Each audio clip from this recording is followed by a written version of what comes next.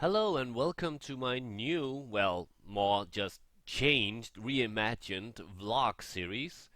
Um, the new things about it, the changes is that I every time is going to try to find a Minecraft world that kinda links to the subject of what I'm talking, just to keep it interesting. So not only will I be reviewing a game, talking about movies, I will also be exploring a Minecraft world.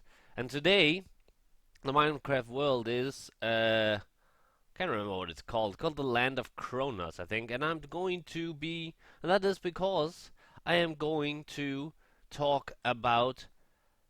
Look at this. Talk about fantasy things. And this is a kind of medieval fantasy Minecraft world. It's an adventure map, but I'm not going to do the adventure part. I am just simply exploring.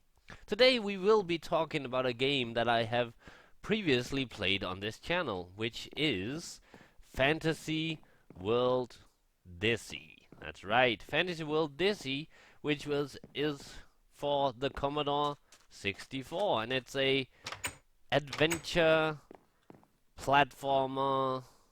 What? Toffee apple. Okay. A adventure platformer. Thank you. With fantasy elements. Now I have previously done a review for this game, but not really that thorough. It's been a while since I did it. I enjoy all of the Dizzy games very much. I've played three of them. Well, I played more. I completed three of them on my channel here. I actually had the Dizzy games for my Commodore 64 back in the days. Actually, original. Most of the games I had were just kind of pirated. No one really did care about it that much back then, and it was not really that frowned upon since everybody was doing it. But I did have some original games, and some of them were the Dizzy collection on cassette. I think Fantasy World Dizzy is, so far of the games I completed, I think my favorite. The first one was okay, but it kind of set the standard for how the games were to be. The second one, Treasure Island Dizzy, which we will be talking about later, kind of was improved the gameplay, but you only had one life. So Fantasy World Dizzy really said used both of these elements to make an amazing game. The game is basically an adventure game with a platform game with adventure elements. What the hell's wrong with the doors?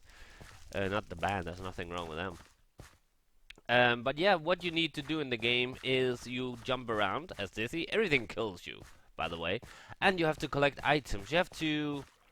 What's the story? I think you have to save your girlfriend or something. It's been a while since I played it. But yeah, you have to save your girlfriend, and to do that, you need to collect different items and talk to some of your friends and family members to get these items and get hints. And you have to use these items in certain places. The game was amazing.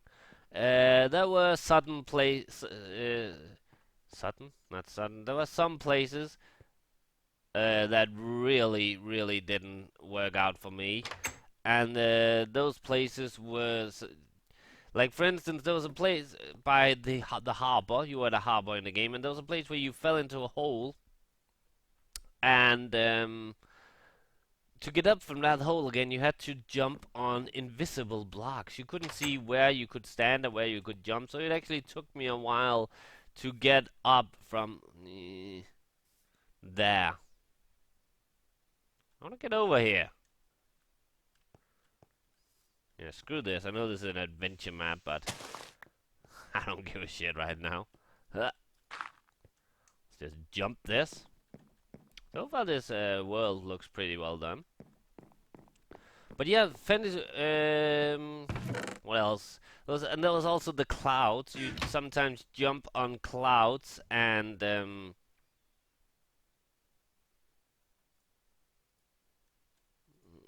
yeah, shift. What? I can't do this. I can't push. Oh, am I supposed to? Uh, uh, Can I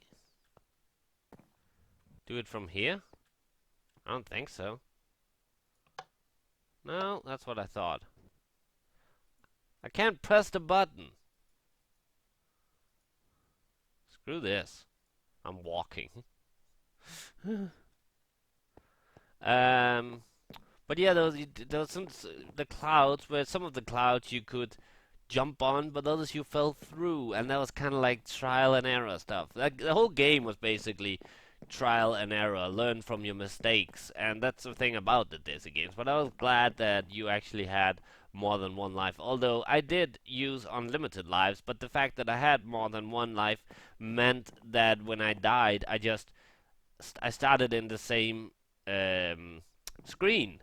If I used the only one life, even though I had unlimited life, I would still go back to the beginning. Oh my god, this looks awesome. I can't actually remember. For Fantasy World Disney, there's really not much to talk about, other than it being a very fun game that I would recommend if you are going to play some Commodore 64. Whoa, I'm gonna get off here. Some 64 emulations, or I have a Commodore 64. In fact, Fantasy World Disney is an amazing and fun game. Now, because that is holy maloney, this looks. Oh my god! Since that is a fantasy game, I am going to talk about fantasy movies today. And I already talked about some fantasy movies, like the Alice in Wonderland movies. So I'm not going to talk about those. You can go back to my Alice vlog. And I also talked about Labyrinth and The Dark Crystal, two of the best fantasy movies ever made. And also Strings, and all of them was on my Crash Bandicoot vlog. So you can go back and see my opinion about those games. This is very well done. This must have taken a long time, although I don't know if this is better done than the Fallout world. Huh, it's taking a long time anyway, no matter if it's better or not. So yeah, fantasy movies, and I actually made a list of movies to talk about today because I often just kind of wing it, but I'm gonna begin to plan these a little better. Docking station too. Oh, this is for look at that, for the air balloons. Oh, nice. So yeah, the Nebulas.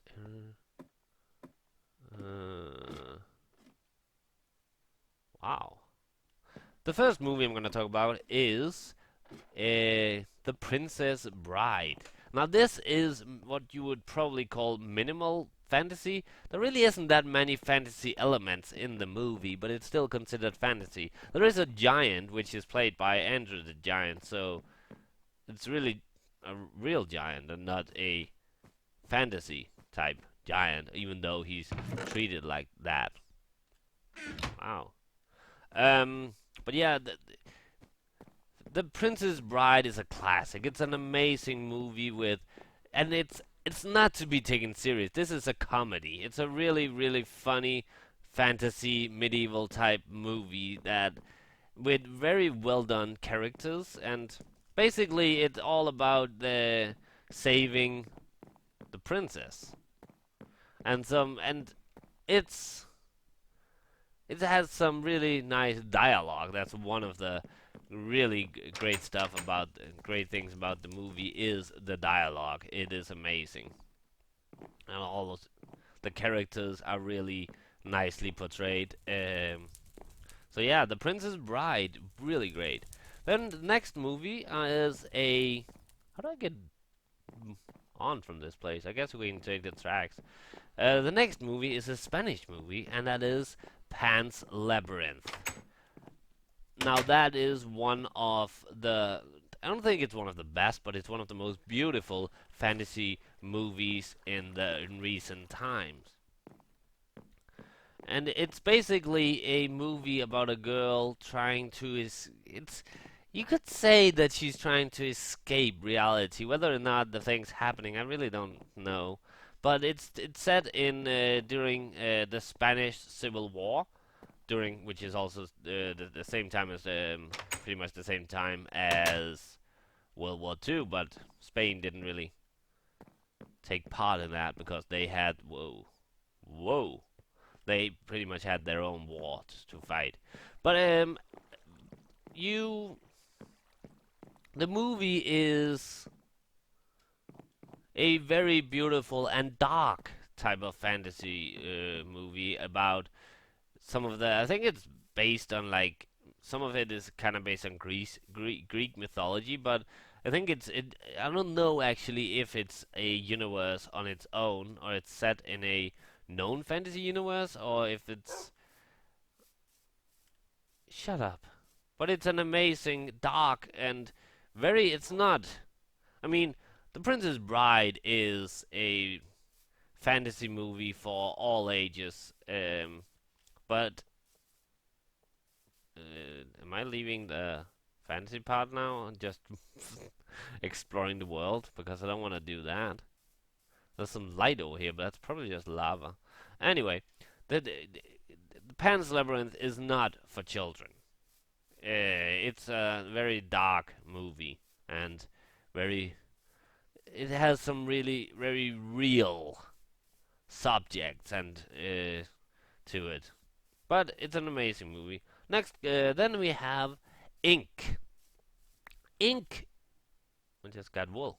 It's not a very well-known movie. It's a low-budget fantasy indie movie about nightmares and dreams. It's about creatures that cause nightmares and the guardians of dreams. It's a very, very special and beautiful movie. It's about the main character in the movie called Ink is kind of like a demon-like creature that kidnaps a child so to make a bargain for a soul, to sell her soul to get into some kind of high society type thing. How do I get down there? Sorry. And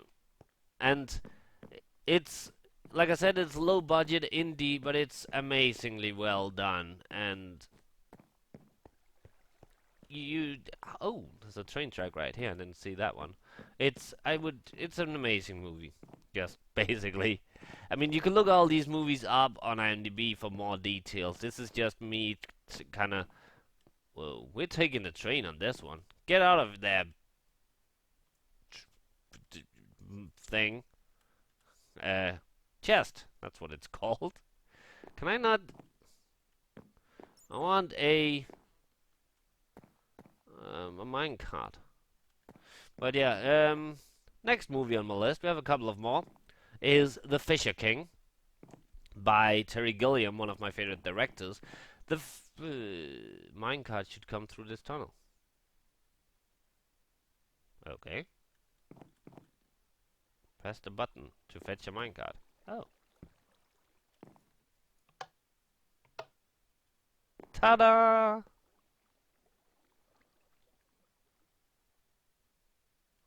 Oh, I probably had to leave my own minecart up there.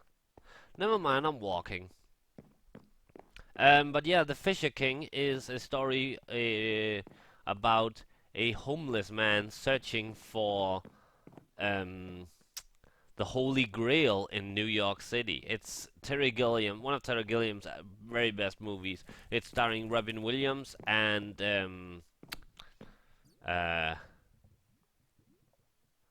what?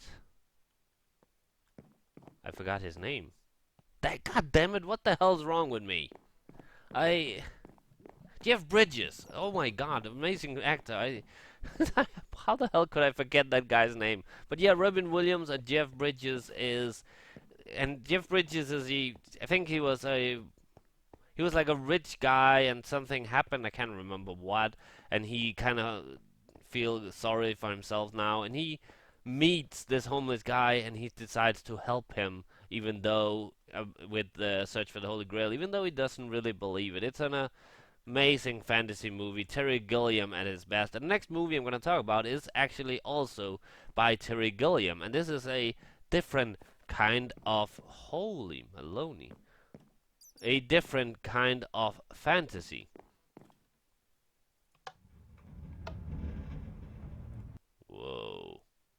it stopped. Never mind. It's like I said, a different kind of fantasy. It is the movie Tideland, about a girl and her father who. Whoa! Oh, I'm probably supposed to drop down here. About a girl and her father moving to out in the country after her mother died, and well, no, this is not a spoiler, but I was about to think, is this going to be a spoiler? But no, that soon after their father died of a drug overdose, and the girl is left alone, and she lives most of her life in a fantasy world. And this is in fact, in my opinion, Terry Gilliam's best movie. This is very oh shit. This is a very dark movie. This is an amazing map. This must have taken forever to make. But yeah, Tideland, it's just a pure amazing. The last movie I'm gonna talk. Whoa! Did you see that? A minecart just rode by. Oh, that was awesome. Holy Jesus for tracking. There's like tracks everywhere. By the way, this is an adventure map, so if you played... What? So if you play this, there will be like quests and stuff. I'm just using it as a something to do while talking. But yeah, the last movie I'm gonna talk about is Dororo. I think I'm pronouncing that right. It's a Japanese fantasy movie. This is... I don't know if you could call this low budget, but the CGI and computer graphics in this is a little outdated from when it came out. I think it came out in 2008, but the movie itself is so fantastic. Normally, when you see a lot of Japanese fantasy, it's kind of anime-like or with samurais and stuff like that, and this one it actually has a lot of the, in my opinion, the classic.